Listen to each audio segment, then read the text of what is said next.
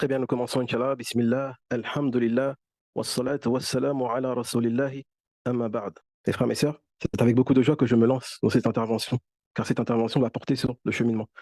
Rappelez-vous que nous travaillons une semaine sur deux, nous étudions le cheminement, et l'autre semaine, les noms d'Allah, et nous essayons d'imbriquer, d'assembler entre les deux, Inch'Allah. Très bien. L'intervention d'aujourd'hui va porter sur les ruses du diable. Nous allons essayer de les décortiquer, de les comprendre, Inch'Allah, pour pouvoir, Inch'Allah, établir une stratégie pour parer à sa ruse, à son invasion, Inch'Allah. Tout d'abord, comme à notre habitude, nous allons commencer par réviser. Comme je répète, la révision, c'est la science. C'est ce qu'il y a de plus important. C'est plus important que d'apprendre. Très bien. Donc, où en sommes-nous du point de vue du cheminement? À ce stade de votre cheminement, vous devez appliquer la parole d'Ibn Qayyim al-Jawziyya que nous avons citée à maintes reprises. Celui qui chemine a besoin de deux forces. La force de la science et la force de l'œuvre, de l'acte. Et les deux doivent se combiner et devenir équivalents, s'équilibrer. C'est-à-dire qu'il ne vous sert à rien de venir ici, d'écouter simplement sans avoir une pratique derrière. Le cheminement, ne consiste pas en de simples informations, mais le cheminement consiste à pratiquer, à s'engager dans le chemin et à mettre en œuvre tout ce qu'il faut pour aller vers Allah, Inch'Allah. Donc à ce stade-là, vous devriez avoir instauré trois principes. Le premier, la supplication. Le deuxième, remplir vos cœurs de piété. Le troisième, al-ubudiyya, la servitude. Très bien. Je récapitule ces trois principes. Nous avions dit que les deux ennemis du cœur sont l'âme et le diable. Le cœur est le véhicule avec lequel nous allons cheminer vers Allah. Je pense que maintenant vous l'avez compris. Ceux qui vont vous empêcher de cheminer sont de deux types, l'âme et le diable. Nous avions terminé avec l'âme et nous avons abouti, nous avons conclu par deux principes à appliquer. Le premier principe était la supplication, c'est-à-dire qu'à ce stade, tous les matins, vous devez avoir des supplications. Vous devez supplier Allah, spécifiquement le matin, comme nous avions dit. Et parlez-lui dans votre langue, français, anglais, Allah entend. Et vous confirmez son attribut, qui est le fait qu'il entende. Dites-lui au Seigneur, regarde-moi, je suis ton pauvre serviteur. Je ne veux pas être un pervers. Je ne veux pas être un désobéissant. Je ne veux pas être un tyran. Je ne veux pas être sous ta colère. Secours-moi contre mon âme. Aide-moi. Et cette aide, nous en avons besoin, comme nous l'avons répété. Et la prière, dès le matin, celle du Fajr, est encadrée, entourée de cette demande d'aide. C'est-à-dire que lorsque tu vas entendre l'adhan, hayya ala salah, hayya ala al-falah, accourir à la prière, accourir à la réussite, qu'est-ce que nous répondons? La hawla wa la quwwata illa billah. Il n'y a de force ni de puissance qu'en Allah. Qu'est-ce que nous confirmons? Que nous avons besoin de son aide. Je ne peux venir t'adorer Allah que si tu m'aides. Lorsque nous entrons dans la prière, dans chaque unité, nous répétons la Fatiha. Que contient-elle? Iyyaka na'budu wa iyyaka nasta'in. C'est toi seul que nous adorons et c'est à toi seul que nous demandons l'aide. Lorsque nous terminons la prière, que faisons-nous? Le prophète a appris à Mu'adh, comme nous avons dit, au Mu'adh, n'oublie pas de dire après chaque prière, Allahumma a'inni, au Seigneur aide-moi, à la zikrika, à t'évoquer, wa shukrika, à te remercier, wa husni ibadatik, à parfaire tes adorations. La dua de Fatima que nous avions dit aussi, Ya Hayyu Ya Qayyum, au toi le vivant, qui se tient par lui-même, qui se maintient par lui-même, bi rahmatika astaghith, par ta miséricorde, je te demande de me secourir. Aslihni sha'ni kullah, améliore toute ma situation. Wala takilni ila nafsi tarfata ayn. Et ne me livre pas à mon âme, ne me laisse pas moi-même, ne serait-ce que le temps d'un clin d'œil. Donc, nous ne pouvons nous passer d'Allah le temps d'un clin d'œil. Donc, c'est un principe que vous devriez mettre en place tous les matins. À présent, ça doit devenir une habitude. Tous les matins, vous suppliez Allah et le long de la journée, vous marchez vers la mosquée. Quand vous avez le temps, vous pensez, vous demandez à Allah de vous aider. Deuxième principe, remplir son cœur de piété, comme nous avons dit. Cela par le Coran, qui est la source. Comme nous avions dit, Ibn Qayyim al-Jawziyya a dit que tous les bienfaits qui nous parviennent du ciel, la baraka, la pluie, la subsistance, wa fis sama irizqukum. Dans le ciel, il y a votre subsistance. Tous les bienfaits nous parviennent du ciel. Il a dit le plus grand bienfait qui nous est parvenu du ciel est le Coran. Et ce dernier contient la guérison des cœurs. Et donc, ce Coran, lorsqu'il est médité, j'ai bien dit médité, et je vous renvoie vers le message que j'ai posté ce matin ou hier dans le groupe Telegram.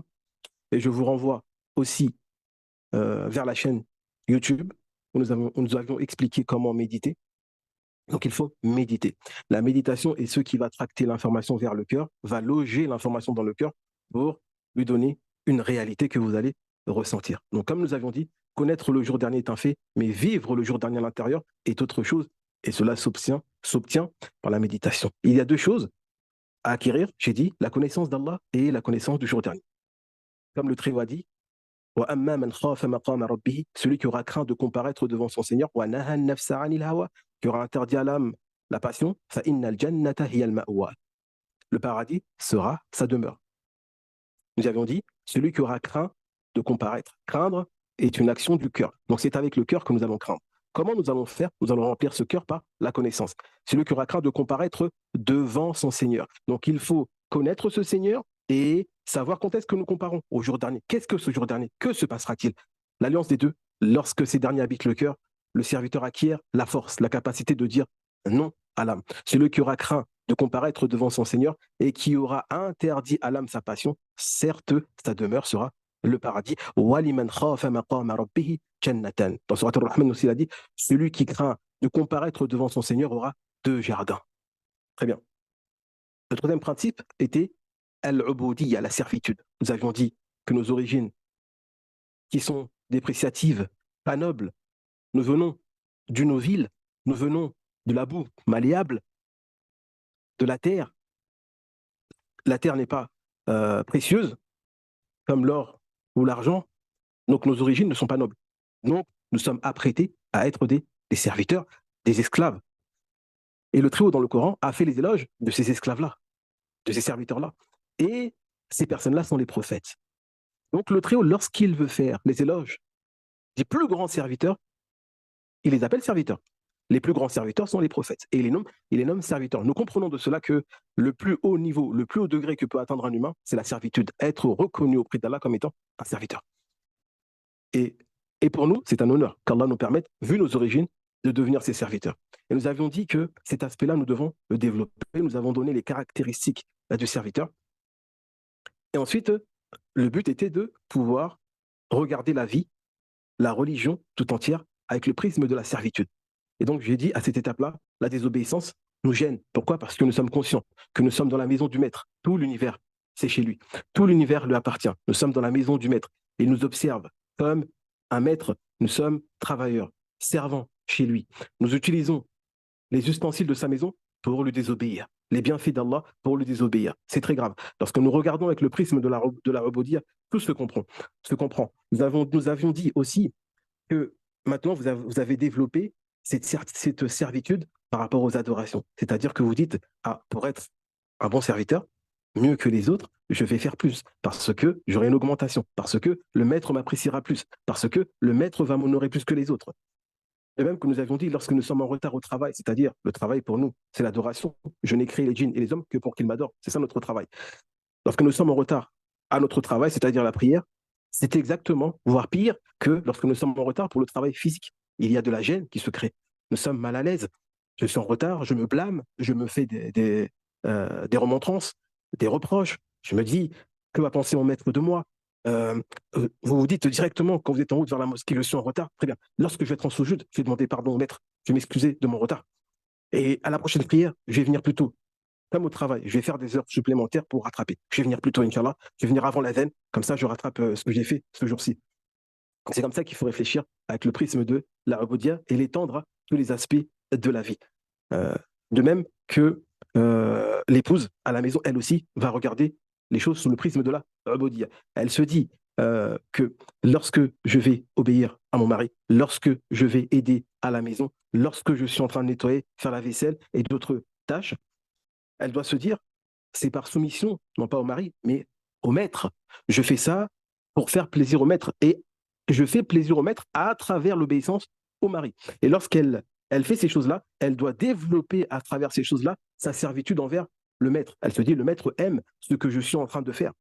Et si il y a des choses qu'elle ne fait pas en présence du mari, alors elle se dit, le maître me voit. Il est plus important que le mari. Donc elle va développer aussi cette servitude. Donc je résume, à ce stade-là, de notre évolution, nous ne sommes pas encore lancés dans le cheminement, mais nous avons instauré certains principes qui nous aident à préparer notre voyage. Ces trois principes sont pour l'instant deux qui permettent de lutter contre l'âme, que j'ai cité, et un qui est la ubudiyya. Et ce qui va nous manquer, ce sont les armes qui nous permettront de lutter contre Shaitan, parce que là, vous luttez à moitié. Vous luttez contre l'âme, mais il manque les armes contre Shaitan. Cela, nous allons les donner, Inch'Allah, pas dans cette intervention, parce que cette intervention va nous servir à décortiquer les ruses du diable, mais sûrement dans l'intervention prochaine ou encore celle d'après, parce que celle-là, nous allons la couper en deux. Inch'Allah, nous allons voir certaines ruses aujourd'hui et d'autres plus tard, Inch'Allah. Très bien. Si cela est clair, lançons-nous dans l'intervention d'aujourd'hui, bi'iznillah. L'intervention d'aujourd'hui porte sur les ruses du diable. Donc, je vais commencer par un verset où Allah fait mention de ces ruses. Allah Ta'ala dit Inna shaytana lakum aduwwun fattakhidhuhu aduwwa. Innama yad'u hizbahu liyakunu min ashabis sa'ir. Le diable Satan est pour vous un ennemi. Prenez-le donc comme ennemi. Il ne fait qu'appeler ses partisans pour qu'ils soient des gens de la fournaise. Très bien. Ibn al-Qayyim al-Jawziyya a dit concernant ce verset l'ordre de le considérer comme un ennemi est une alerte. Je répète, l'ordre de le considérer comme un ennemi est une alerte. Donc, mes frères, mes sœurs, vous devez être en alerte. Vous ne devez pas être apaisé. Il y a un ennemi qui veut vous faire du tort. Il ne veut pas vous tuer parce que tuer n'est rien pour lui. Un criminel qui vient, qui te tue aujourd'hui, ce n'est pas grave. Tu passes de l'autre côté. Tu as avec toi une preuve forte pour te sauver au jour dernier. C'est son injustice. Tu peux te plaindre à Allah de cette injustice-là. Non. Cet ennemi, qui est Shaitan, lui ne veut pas que tu meurs. Il veut que ce qu'il te fera ici-bas ait des conséquences sur le delà. Il veut que tu ailles en enfer. Très bien. Un ennemi qui veut te piller tes biens, qui veut te tuer, qui veut du mal à ta famille, que ferais-tu?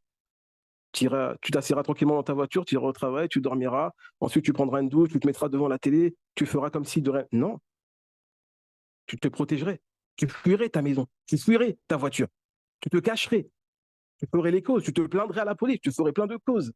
Il en est de même. Cet ennemi-là n'est pas chez toi, il est en toi. C'est encore plus grave, il n'est pas chez toi, il est en toi. Et il attaque la centrale, comme nous avons dit, le cœur, car avec cela, il pourra prendre possession de tous les membres, comme nous avions vu dans les interventions précédentes. Très bien. Donc la première chose que nous tirons, l'alerte. Quand on a dit Inna shaytana lakum aduwwun, certes le diable est pour vous un ennemi, c'est pour nous mettre en alerte. Prenez garde, soyez en alerte, ne soyez pas apaisés comme si de rien n'était. Ce n'est pas parce que vous ne le voyez pas qu'il n'existe pas. Et ensuite, Ibn Qayyim continue en disant l'ordre de le considérer comme un ennemi est une alerte pour déployer tous les efforts possibles dans sa lutte et sa résistance.